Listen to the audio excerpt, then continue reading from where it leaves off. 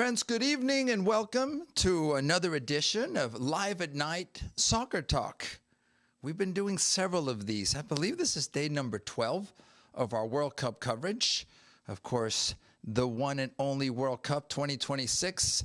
I'm Alex Parra. It's always great to be with you. A lot to talk about today. Another day with 4 matches.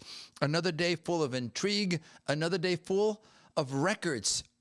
Literally, records being set when it comes to goals being scored in the World Cup. And not only this World Cup, but also in the history of World Cup. So a lot to get to. Let's introduce my friend here to the left, Telstar Duralast, the official, not battery, by the way, it may sound like it, soccer ball of the 1970 World Cup in Mexico. Yes, I was alive, and I was living in Mexico City at the time, if you can believe it.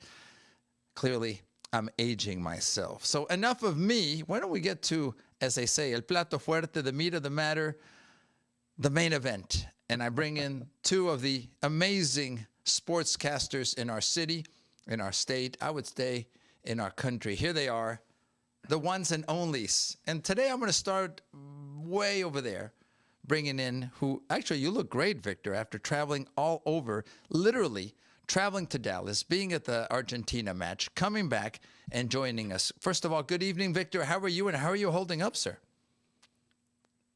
Doing all right. I think this is what we wait for the World Cup to come around for, moments like this. And I think somebody put it this way, and who would have thought Messi breaking the World Cup record in an NFL stadium in a suburb of Dallas. Amazing, huh?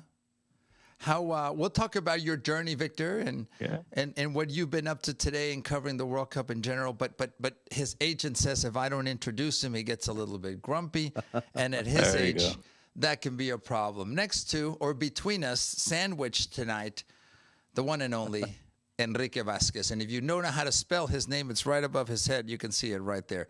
Enrique, good evening. How are you, sir? No, hello, guys. And Victor, I mean, you sound like me travel-wise in the fall. From Guadalajara back to Houston, out to Dallas, back here to be on the show. Man, you're putting in the miles. Yeah, well, it's not going to come around for a long time, so we'll have the rest of the summer to rest. Awesome. Hey, and of course, I'm wearing the Oklahoma colors today. Wearing a Dallas sweater. Go ahead. Go ahead. Hey, the commercial. Oklahoma, national champion tonight in world college baseball. Is it official? Yep. Series is over? They finished up. They beat North Carolina, the 3rd national championship for the baseball team. So hopefully down the road, the football team can do so as well. And I understand that I think the pitcher they close out the game tonight for the Sooners is Puerto Rican.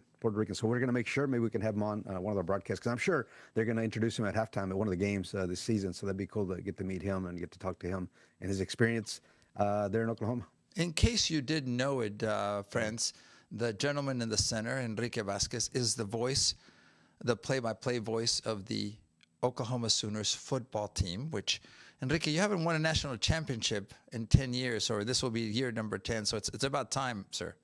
Yeah, it's about time. I mean, we've had a good run, a couple of Heisman Trophy winners with Baker and with Kyler Murray, but outside of that, maybe last year picked up a little bit. John Mateer, who's a big fan of baseball, he was at the World Series over the last few days.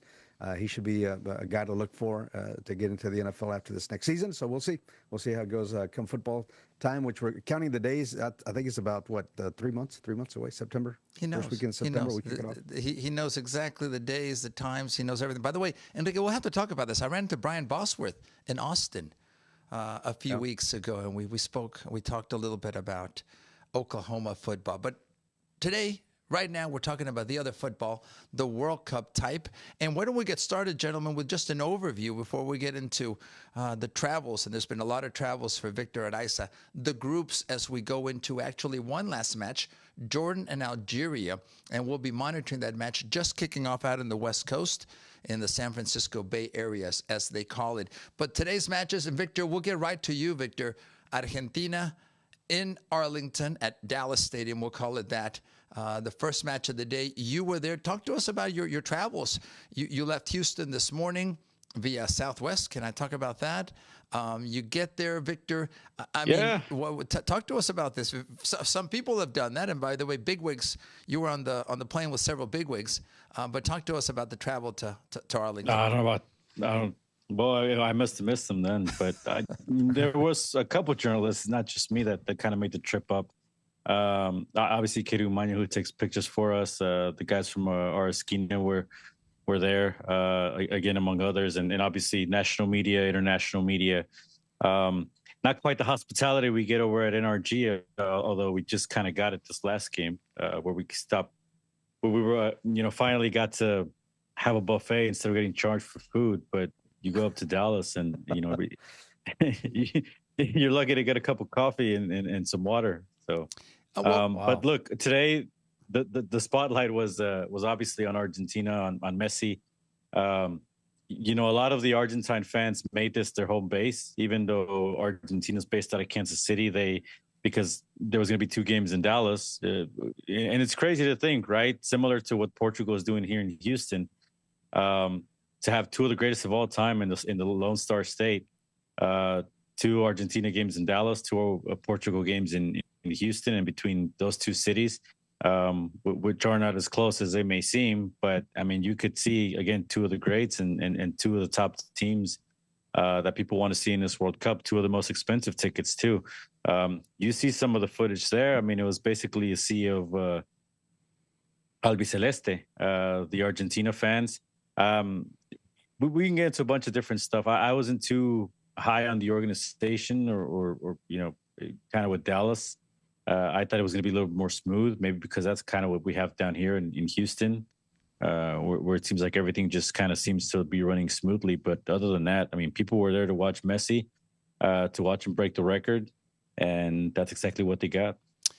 Enrique, you've been at both stadiums, and we can compare or contrast, but I think many of us we're seeing this unfold in front of us, being Messi, and how easy is making it happen. You go from 3 goals, a hat trick in game number 1, to 2 goals, 5 in 2 games.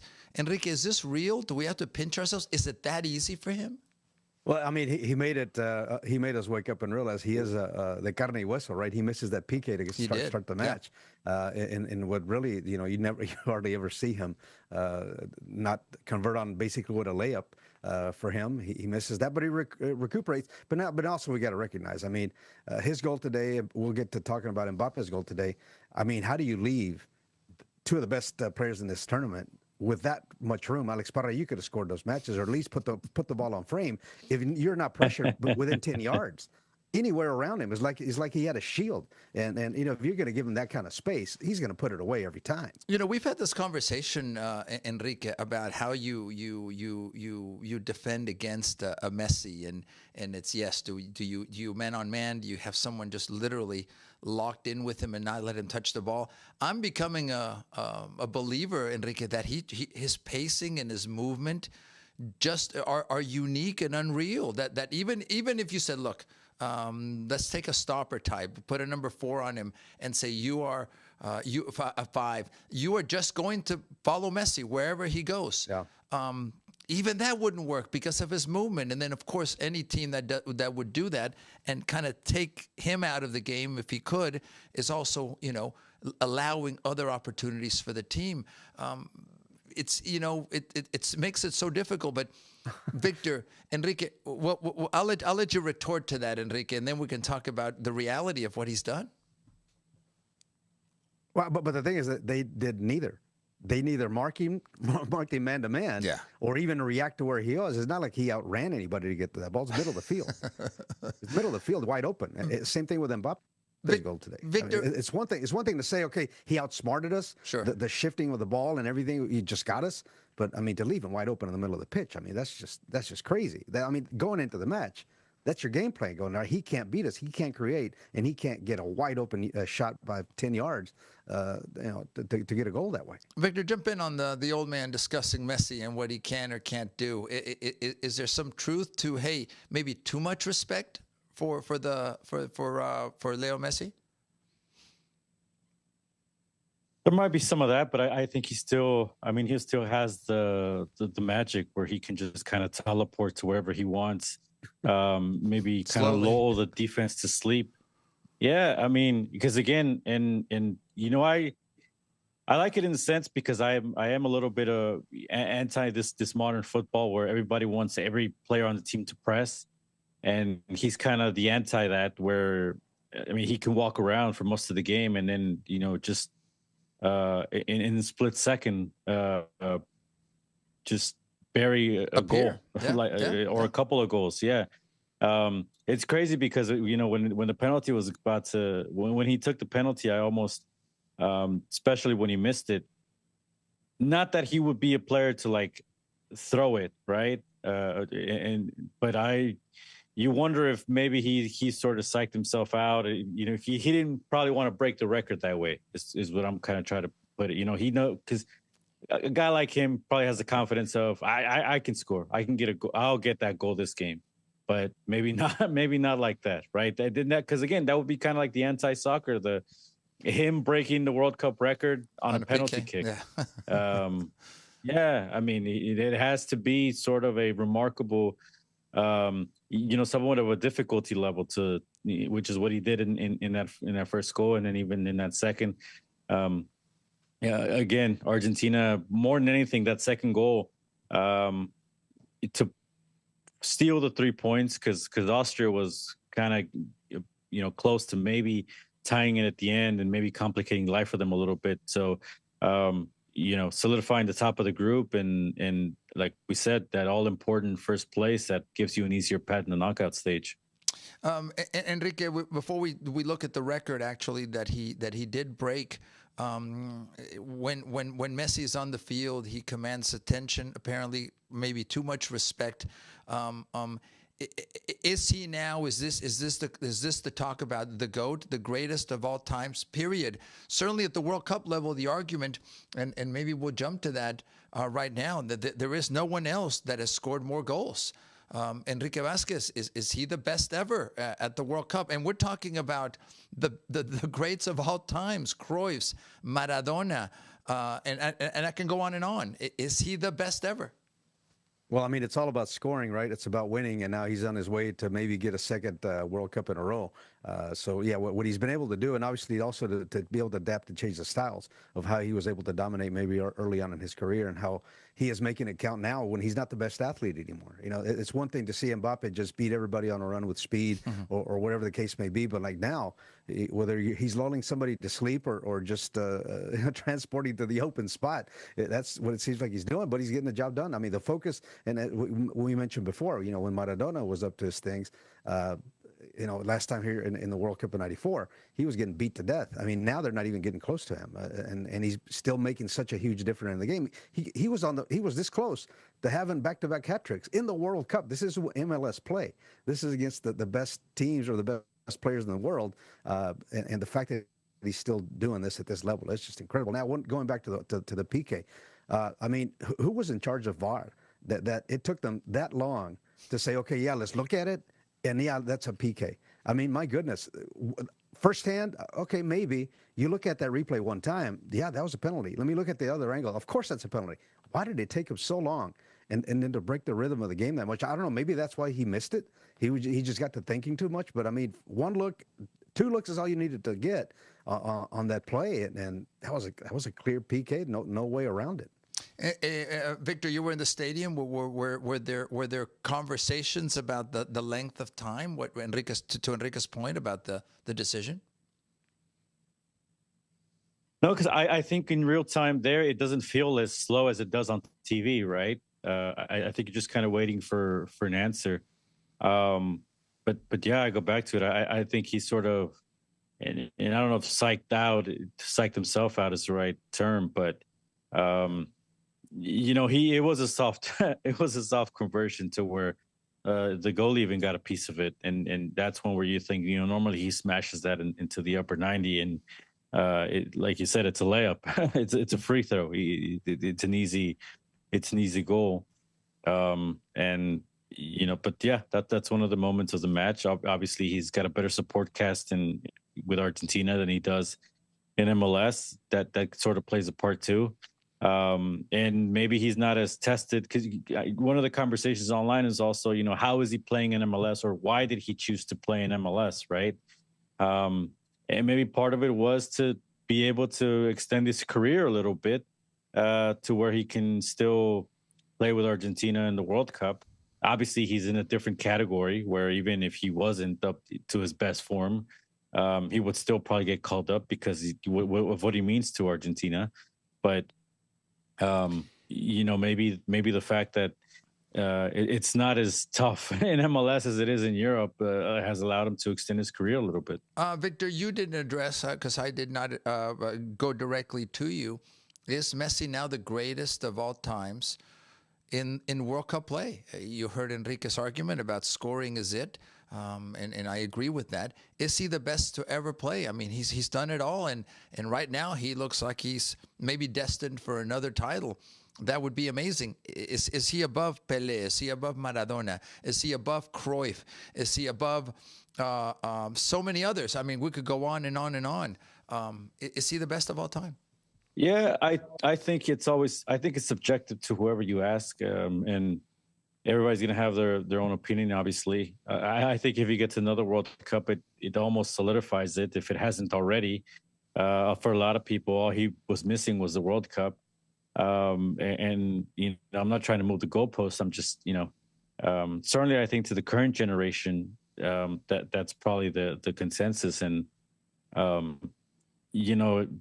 again, we still got to see how this one ends up. If Portugal ends up winning it, if they were to win it, for example, then obviously that, whether it's right or wrong, because we don't know how much involvement Ronaldo would have if Portugal wins it, but that would obviously bring up the debate again between these two, who's the best of both of them.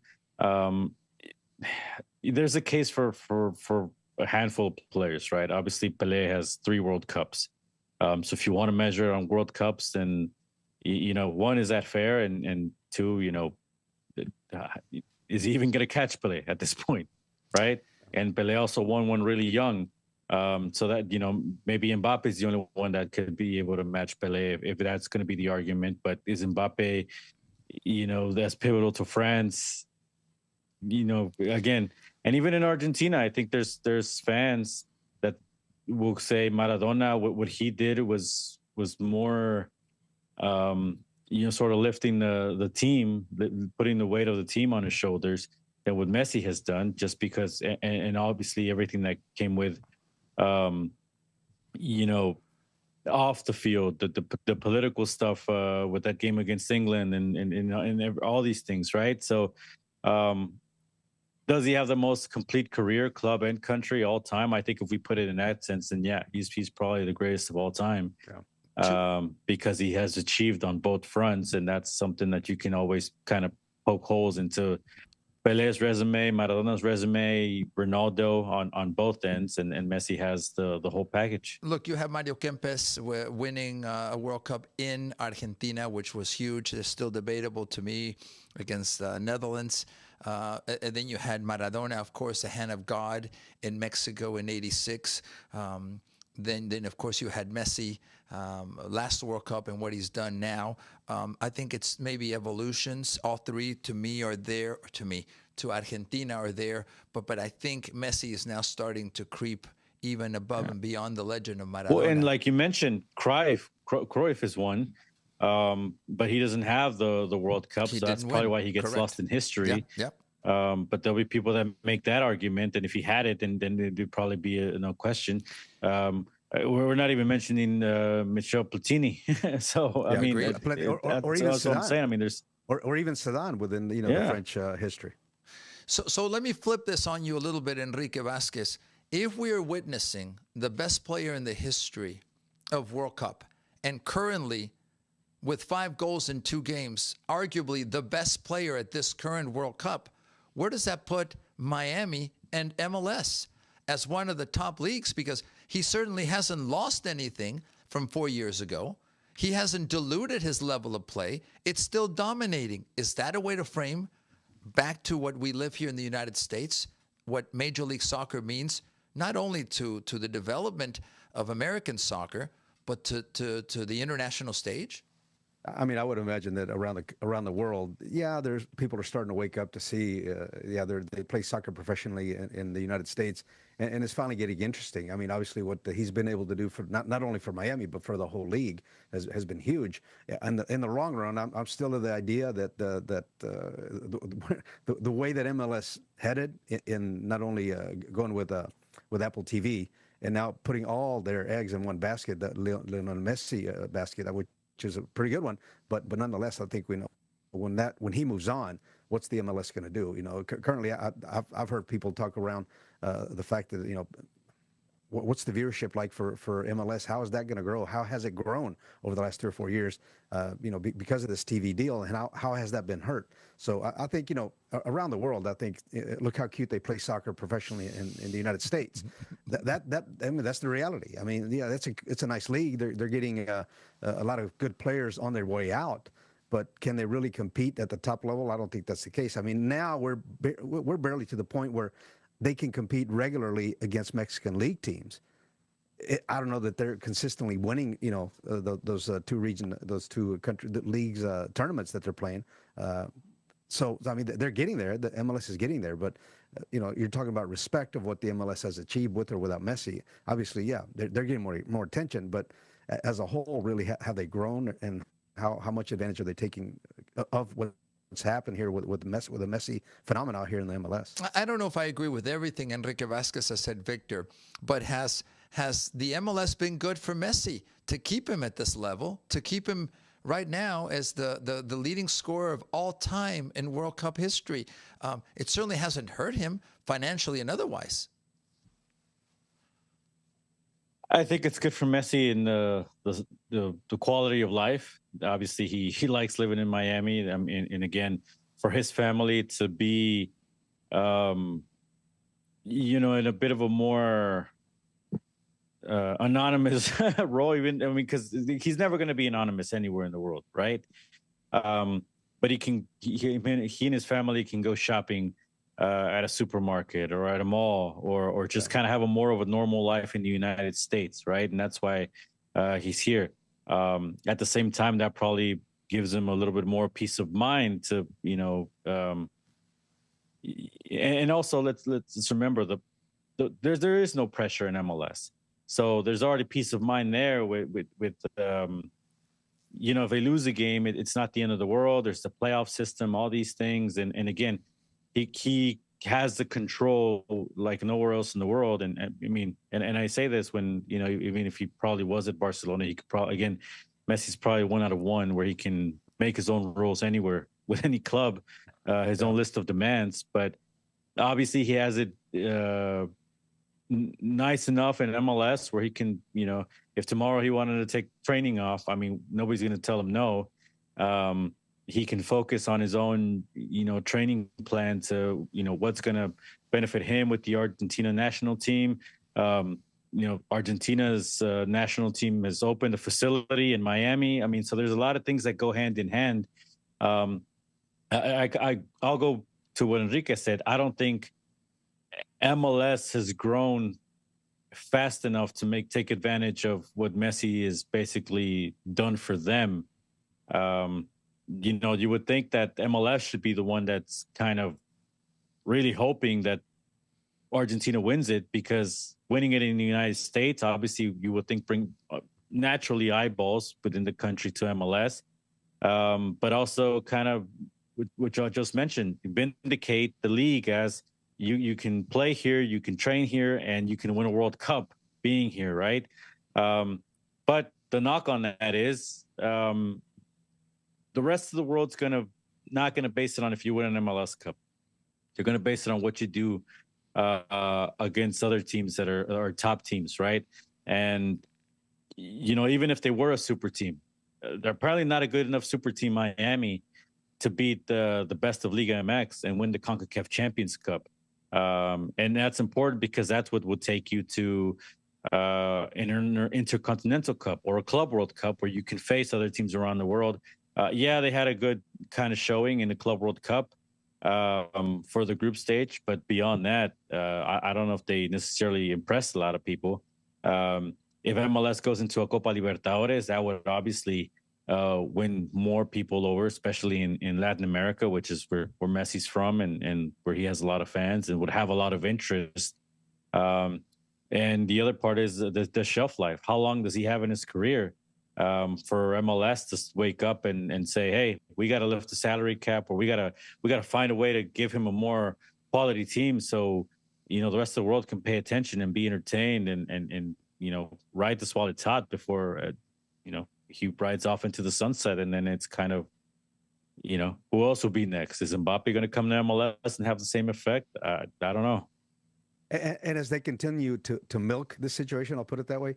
How many more times, like it was a couple of weeks ago, where they sell out Kyle Field, 90,000 people, and then he doesn't play? How many times are you going to burn fans? Of course, that was with the national team, not with MLS. But how many times did that happen with him with Miami as well? Where he comes to town, or the team comes to town, and he plays 5-10 minutes, or he doesn't play at all. You can also get to the point where people are going to be burned out on. Yeah, I'm paying my hard-earned money to come see him, and then he doesn't play. How many more matches or years do you have to be able to do that? Maybe one or two at the most, Victor, before he finally just calls it quit and he's gone. Yeah, that's such a rare thing too. Because it's not something that you can just make last. We've had superstars come to MLS, and it's a trend in the first year that they're here, but then it doesn't really sustain itself. I mean, the hardcore fans will always follow them, right? Will always follow those stars, but I think it begins to fade. At some point, the shine wore off on Beckham, even when they went on the road with the Galaxy, and you could probably get some cheaper tickets than the first time he came around with the Galaxy, right? Same thing with Henry, same thing with, and again, with Messi, it doesn't seem like it's slowing down, which is good for MLS. But again, how much are they going to be able to capitalize on this? And when he leaves, it's only going to go back to the way it was, which, smaller stadiums, not selling as often, again, finding who's the next star. And I go back to it. Messi's 1 out of 1, and that's not a cliche. That's because of everything you just mentioned. There's nobody that sells like him. And once it's over, it's done, and you can't replicate. You can't just, flip a switch and make somebody else have that same effect. That said, and even then, Alex, real quick, you being the businessman that you are, what's your ROI on that? Because it's not like he came cheap. So if that's going to be the pattern or the modus operandi, as they say, we're going to have to buy top level talent, bring them here, and then you're never going to make that money back because there's just no way. Look, it's a calculation, but at least I'll leave it maybe on a positive note regarding Major League Soccer. MLS is in the conversation. This is the reality where he's at. And clearly right now, Messi is leading his team 2 games into this 2026 World Cup. Friends, if you're just joining us, I'm Alex Parra. Beside me, the ones and onlys, if I can say that properly in English, Enrique Vasquez, Victor Araiza. Victor, today in Arlington, watching, history in the making. And I'll get back to Victor about the history he witnessed at Arlington. But Argentina, you can see in Group J, leading with a total of 6 points.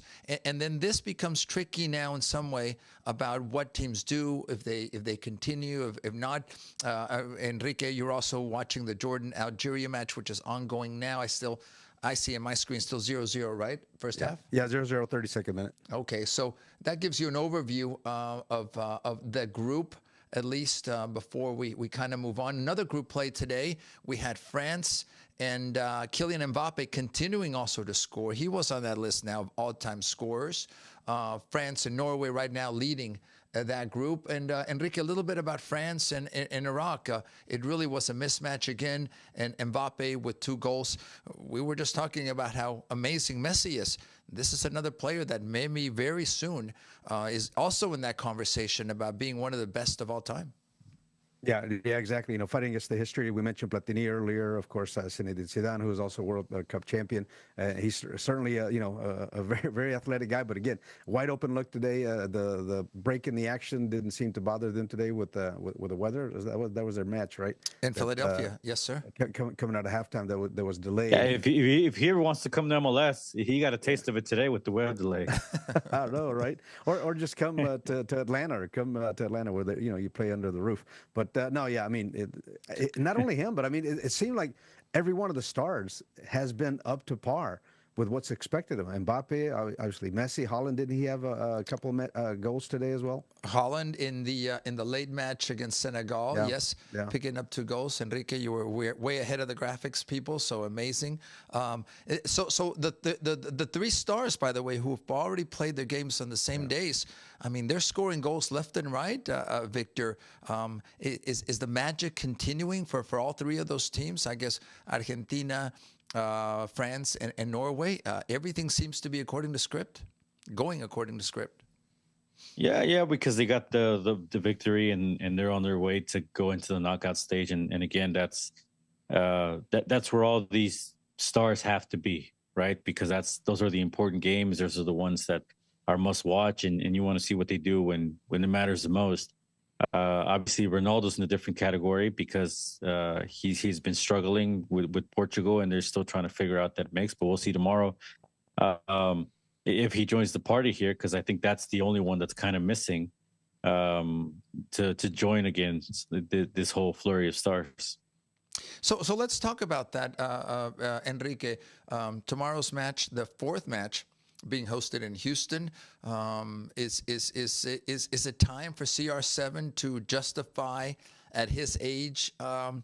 He wants to be in these talks, I imagine. I don't know the man personally. It appears he's got a very calculated approach to his career, to his business, to his brand. I'm sure there's ego there. Is he falling behind because of the stars that are shining literally a day before he takes the field? Is something being lost? And tomorrow, Enrique, do you expect a turnaround like Spain after the first lethargic game number 2, 4 goals, kind of back into the swing of things? Yeah, and obviously, Ronaldo has had big matches, big moments in his career. So I don't know that this is necessarily about pressing, but certainly tomorrow, the match against Uzbekistan, the opponent lends itself to maybe for him or the team, more importantly, to have a breakout opportunity, right? Especially the way that they have played so far. So you would think that this is his chance. He certainly, like I said, has had bigger moments, bigger opportunities in the past where he's delivered, of course. So you would expect that he would react, and the team would have a better showing tomorrow. We're showing some slides before we get to you, Victor, some photos. By the way, our correspondent, Katie Umanya, who was also in Arlington taking these photos of the match between Portugal and DR Congo at Houston Stadium. Victor, what do you expect tomorrow from CR7 and the rest of the Portuguese team? Well, they need to respond, and they need to respond with a victory. And if it's possible to get a high-scoring victory to kind of make it convincing, that's what they have to do. But they got to get some rhythm going. And again, it's not just this World Cup, and it's not just this mix of an older Ronaldo with this younger Portuguese team. It's just it's always been in a weird situation with Ronaldo in World Cups. He's never really hit his top form, even when he was at his best days at Real Madrid. I mean, he hasn't been able to translate that to the world stage, and you can bet he wants to win it. He knows that's the one trophy that is missing. This is arguably his last chance, and I think it's even remarkable that he's at this stage competing. Not because he's super old, just because sometimes it's again you see the limitations, and is he human? We'll see if Portugal can put it together. Victor, I'm going to interrupt you. Look, and Enrique, this is what I'm seeing after 2 games with Argentina and Messi and 1 game with Portugal. I'm seeing an age difference. I'm seeing a timing difference, and I'm seeing, I'm going to use this, a lack of altruism from Cristiano Ronaldo. It's all about him, it seems to me. Again, an outsider looking at the situation. And those things start weighing, I think, even on your teammates to say, look, why am I carrying this guy? Yes, he's great, he's amazing, but we're all human. It still seems to me Messi is a figure that goes beyond that. They need him mentally, physically, emotionally, Enrique Vasquez. I don't sense that, and I don't have any inside information into the Portuguese national team. That's not the same with CR7, that there's a separation there. Am I wrong? Well, I mean, Father Time is undefeated, right? And the way that he has to dominate, the way he dominated play for so long was just his physicality, how he could be the faster guy, the guy that could get to the ball and win balls. And now that he's maybe lost a step, and that's not a knock, that's just reality. And how I mentioned earlier, Messi has adjusted his game to not have to dominate physically. Obviously, he was never the biggest guy, but he was the quickest, and he's quick up here with his mind. Yeah. So that's what still sets him apart. And Cristiano still depends on his teammates, but when he can't win physically anymore at this stage, obviously there's a difference, and you can see it.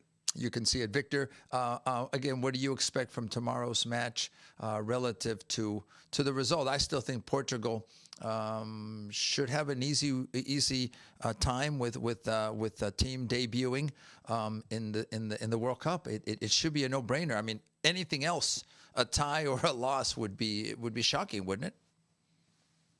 Would be a huge disappointment. And again, tomorrow will tell us more about where this team is. If it's kind of self-imposed pressure, a lot of times these personal issues, rise to the surface, and we've seen it in other World Cups. We'll see if it's really in something that's hammering against Portugal, or if maybe it was just one bad game, but. Yeah, I mean, I think it's more of the case of he's just not like Toby Keith says, I ain't as good as I once was. And I think maybe sometimes, Ronaldo tries to turn back the clock when he can't, and he's just got to find other ways to score. Where that's kind of also been the remarkable thing with Messi is that he can still put the team on his back and win you a game like he did today. Absolutely. I like Victor that you're continuing the Oklahoma theme tonight, by the way. He got that in there. There you go. With Toby Keith. Gentlemen, let's go back a little bit, or let's move forward a little bit, I should say. No, not tomorrow, and we'll have to check the date on this because I don't think this is correct. But Turkey, United States taking place. Enrique, we'll start with you. How are you seeing this Pochettino team, number one, and then the decisions that have to be made, number one, about Pulisic, number two, about, I think, 4 players, including Freeman, that are carrying yellow cards.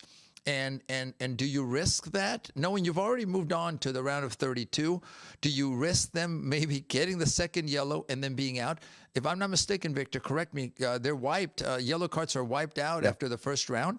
So Enrique, do you use your reserves and not worry about the result? Do you keep momentum going in what you've built so far? How do you play this?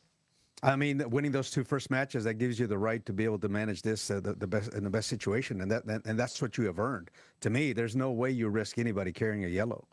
For what? So set them out. They don't play. Set them out. Let them play. And I mean, give everybody else a chance. To, like Chicharito you mentioned earlier, a couple of days ago on the Fox broadcast. It's like, you earned this right. Now keep the roster happy. Keep them sharp, because you don't know down the road, barring some kind of injury, you may need them. And if they haven't played a match in a month and a half or so, because of training and because you wanted to protect the players, that you have to give them some minutes. So why not take advantage of this situation, rest the yellow cards, and see what else you may have if you want to try something, different looks in different formations or whatever the case may be. Why not? You earned the right by picking up the 2 wins in the first 2 matches. I mean, I think everybody considered that this third match was going to be for their life, right? How are they going to qualify and advance out of the group stage if they don't have to pick up a result against Turkey? That isn't the case now. Take advantage of it. There's no reason to risk the yellow cards. Victor, do you agree with that? I don't know if I agree with that because of this thing called momentum, because you're building success here. And you know what? But you don't shoot yourself in the foot. I mean, I think that's kind of where we're heading at. The bigger picture here is, whether you call it a dream or a long shot or whatever, your goal is to try to win the tournament, get as close to winning the World Cup at least, right? You can't jeopardize that by playing somebody. If they're injured, risking them getting further injured instead of resting them, or if they carrying a yellow card, um, to just play them for keeping the momentum, and then not having them available because if they get a second yellow or if they get red carded, I mean, you're just shooting yourself in the foot if you do that. And again, I think it's to your advantage to find out what other players can do with more time on the field. And against an opponent like Turkey, I mean, even if they're not to their best. You got to play the match. You have to. If this was a match and early on we get 2 goals in the first half, you're not going to play it out the same way in the second half, Alex. So that's where I'm getting at. Yeah, you may lose the momentum, but I mean, you showed how well you played with your starters, with your number one team on the field. So I think you would rather risk losing that rhythm, but instead of risking not having anybody available when it's really going to count in around the 30. So you're not taking the game off necessarily, Enrique Vasquez, but you are allowing others. You're giving yourself a deeper bench. You're getting that experience. My only concern is that you've got to flip the switch if things don't go well in Game 3 to the round of 32, and you're like, okay. But it doesn't matter. But it doesn't matter because you can always fall back on, well, it wasn't our starters. That's the fallback. We're going to get back to our starters now. It's going to really matter. But I don't see a giant drop-off, whoever's coming off the bench to come on the field and not be able to handle this result at home because they want to show well as well. Yeah. It's not like they're putting you and I into the pitch and all of a sudden, oh my God, what the hell's going to happen now? These guys, I would imagine every one of them that's going to come off the bench, if it is the case, in their minds, think I should have been a starter to begin with.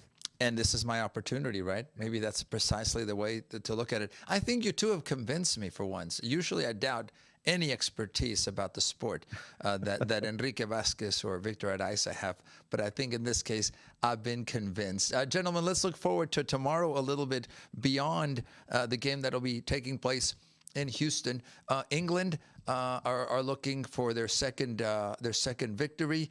Panama are looking for a point, if at all possible. And Colombia are leading the group. Victor, I'll start with you. What are you looking forward to tomorrow's 4 matches?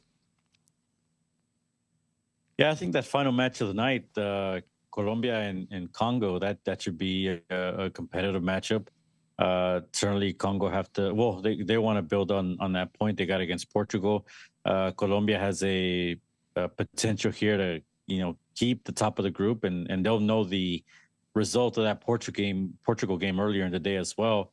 It'll be done in Mexico, in Guadalajara, so that should add a little bit of a different feel than what they had at Azteca, and obviously the Colombian support was remarkable there.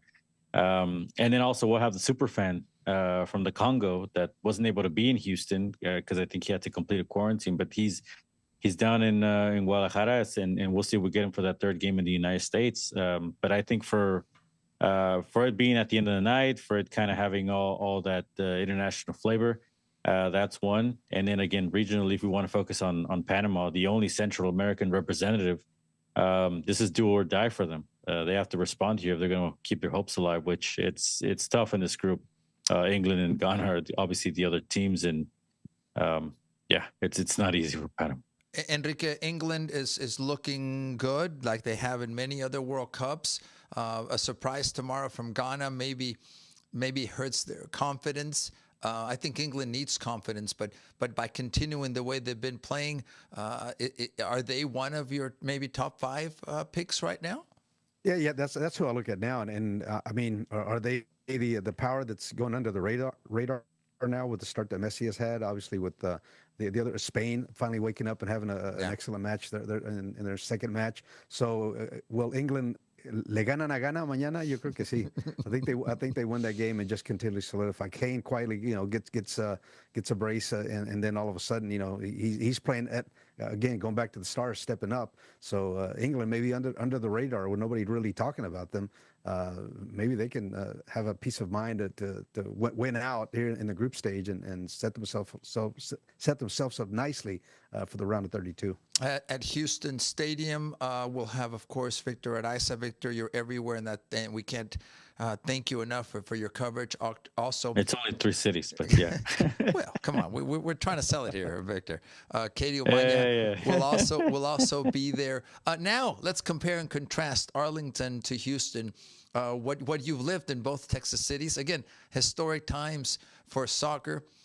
Previously, yes, the Cotton Bowl hosted games of the '94 World Cup held in the United States, but good and bad. So far, everything seems to be going almost, I don't want to jinx it, really well. I'll start with you, Victor. In both cities, mobility, when it comes to security, when it comes to the matches that we're watching, seats completely filled. I guess no one's complaining about the cost anymore. No, and I think they've also, I mean, they've had some good matches in Dallas. So there's no lack of interest. England, Croatia was a match there, Netherlands, Japan. But, I think for me, it was a little bit shocking to see, because we know what this stadium is, especially in the NFL. We know how far it is outside of the city, how hard it is to get there. Why parking's so important for these NFL games, or obviously there's a growing entertainment district around it, but it's still a hassle, right? And so I thought the city of Dallas would be more mobilized to make this an easier, just a more mobile way to move people around. And I think the same issues we see for the NFL games, we're seeing in this World Cup. The problem is that there's less parking. The ride share and all that stuff is, it is walking distance, but it's, you guys know the area. It's not a, like a 2-minute walk. It's not across the street, right? And again, I think the availability of buses is nice, but it's still, a lot, 15, 20 minutes to take you to the other station. And so I was a little surprised just at how, I will say maybe lack of preparation to get this stadium a little bit more streamlined, the process more streamlined. But again, maybe they don't care because people are going to show up anyways. Yeah, and that may be just a give and take. Obviously, moving 70,000 people is not easy, and especially when you shut down certain parking lots and the normal access that at least fans have to getting not only to a Cowboys game but to a Rangers game, which is right there. I've been to a Rangers game once, and I had to park half a mile down the road and then just catch a ride with somebody else to walk up there. And this was just for a regular middle of the season Rangers Astros game. So it's hard to get into those complexes anyway. But when you're moving 70,000 people and you don't use all the resources available, all the streets, all the parking lots, it's just going to be a bigger headache. And especially with people that really don't know their way around to get in and out, or am I going to take an Uber? How far is this parking lot or this hotel? How far do I have to walk? And they don't know. That just makes it all the more difficult. So I think that's just another thing. If you're going to play in these giant venues, relatively to what normal, around the world, the stadiums have been for a World Cup, and now you're moving to these mega stadiums. It's just going to be an issue regardless. Enrique, people from outside the United States have been very complimentary about these stadiums that, again, in Houston, you told me it was 25 years already. Am I right on that? Yeah, 25 years old. Yeah, 25 years old. Which is crazy that Houston Stadium is that old. You've called games, Enrique, in both. For the Sooners, for the Texans. How do these two stadiums compare? I'll call them AT&T and Reliant. Let's call them that. That way we can give them that home context. How do they compare relative to a broadcaster's perspective, which is what you've done many times? Yeah, for me, I like NRG or Houston Stadium much better because as you've, we've been up there recording segments, Victor, at NRG or Houston Stadium, and you're high, but you're at the 50-yard line. You're at the 45-yard line. At AT&T Stadium, all the radio booths that are set up for football anyway are in the back of the end zone. So once the ball crosses midfield, you got to look up and look at the giant screen, just like every other fan in the building. So in that regard, the booth location to me is not ideal at AT&T Stadium or Dallas Stadium, whatever we want to call it, for football. For football anyway. I mean, I don't know what other accommodations they've made for the regular media that are calling matches here at the World Cup. Are they putting them in the end zone, or are they just giving them high locations, at midfield, which is probably the ideal, obviously the ideal situation. You can always deal with being up high, and especially at that that stadium when you have that giant screen in front of your face. But for football ways, for sure, I definitely like Houston much better. Alex? Well, I wanted Victor to chime in. He was just there today, so I'll give him the microphone. No, look, it's obviously a very modern stadium. We can talk about how much the Cowboys have tried to make it basically a gigantic mall, right? And listen, I think if you're buying the hospitality tickets, no question, the AT&T Stadium has much nicer suite areas, right? So you're probably getting more of a bang for your buck in that regard. Whereas with some of the suites in that's probably the biggest knock on NRG Reliance Stadium. The suites might not be as nice as other stadiums, and I'm just talking about the quality of the seats, maybe the finishing in some of these suites to have a more modern feel, or a more luxurious feel, right? For maybe what people are paying for them, but I think just overall for the quality of the average fan, you don't have that big distraction hanging in the middle of the field, right? And even at SoFi, we have some of that. At even the the Atlanta Stadium, which is obviously a marvel of its own, but the circular board is at a distraction where maybe the Europeans have opened their eyes that simplicity is sort of the best with Reliance Stadium, and maybe could use some remodeling here and there, possibly. It's had some for whenever the Super Bowl's coming to town, the Wi-Fi, the big screen, that kind of stuff.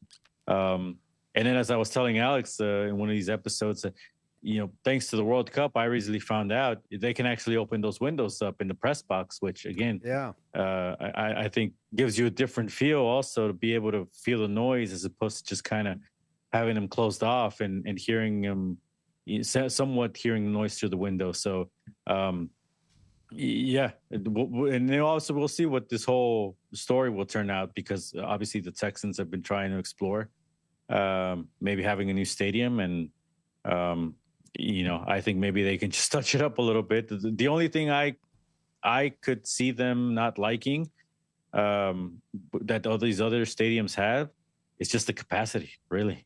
Maybe they didn't think that far out to have 80,000 seats or whatever, right? And that's because again, when you think about the World Cup, that disqualifies it from hosting a final to begin with.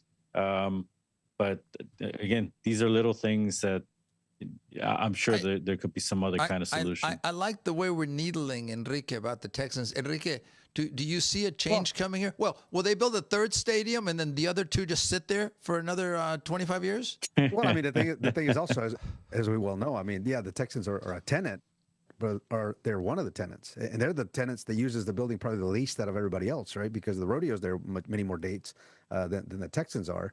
So obviously they're part of the negotiating party that's involved in whatever goes on there. But as we all know, they're moving out to your neck of the woods, Alex. So who knows? Maybe in a couple of years, you're going to be walking over to your suite at the new football stadium. That's going to be built. I mean, you never know. But at this point, I mean, when you hear it from fans making the trip to Houston for the first time, and they realize, man, look at this building. Look at how beautiful. Look at those. We're spoiled, screens. Enrique. And pretty much even the ones that are just watching it on TV.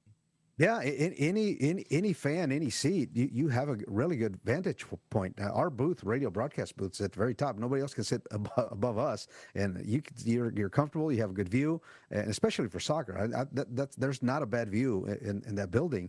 And now with all the modifications that they made, the brand new 4K screens and the internet and all that kind of stuff. Yeah, it's a nice building for World Cup standards. Obviously, the problem here for maybe an NFL franchise is they need more suites, and that's where you make more money. At the end of the day, friends, it all comes back to the business side of it, and it's justifiable. Enrique, you woke me up to the fact 25 years already.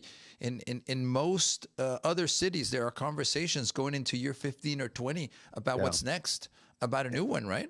And the thing is, from where the city went with the Astrodome, with peaking out at what 65,000 capacity, very few suites. The sight lines were for football anyway. I mean, you were really far from the field to where we went to with this stadium, with this facility, and even relatively, it's still a functional facility, of course. Now it's just a matter of the finances of owning a franchise and the salaries that are escalating at astronomical levels. How can they keep up? Enrique, you and I have talked about this in many shows many years ago. I've been an advocate of basically imploding the Astrodome. It serves no purpose. We go round and round and round. The maintenance costs to me. I think to be honest with you, Enrique, this World Cup may bring in some financing, and we'll ask the question about where some of the tax money may have gone to the city, the county, and why not get rid of both stadiums and build another mega stadium, Enrique, a la SoFi, of course, enclosed, etc., different weather. I don't think that's unreasonable, but Enrique, what you said is true. I think the powers that be are looking beyond Kirby Drive, beyond 610 and Kirby. They're looking at other parts of the city. Yeah, and it almost would have to be a case where something has to be built and ready before you start moving out of this place and tearing it down. Because obviously, you can't. Where are you going to play if you're the Texans? What are you going to do with the rodeo and all the other events that are already housed there or need a home? But the thing is this. I mean, Alex, can you imagine as a business, you have to follow your revenue sources from 25 years ago. You can't grow them, and that's basically what these entities are looking at. You have to, as a business, when your expenses keep going up, you have to look for more revenue. Where's the new revenue coming in the building?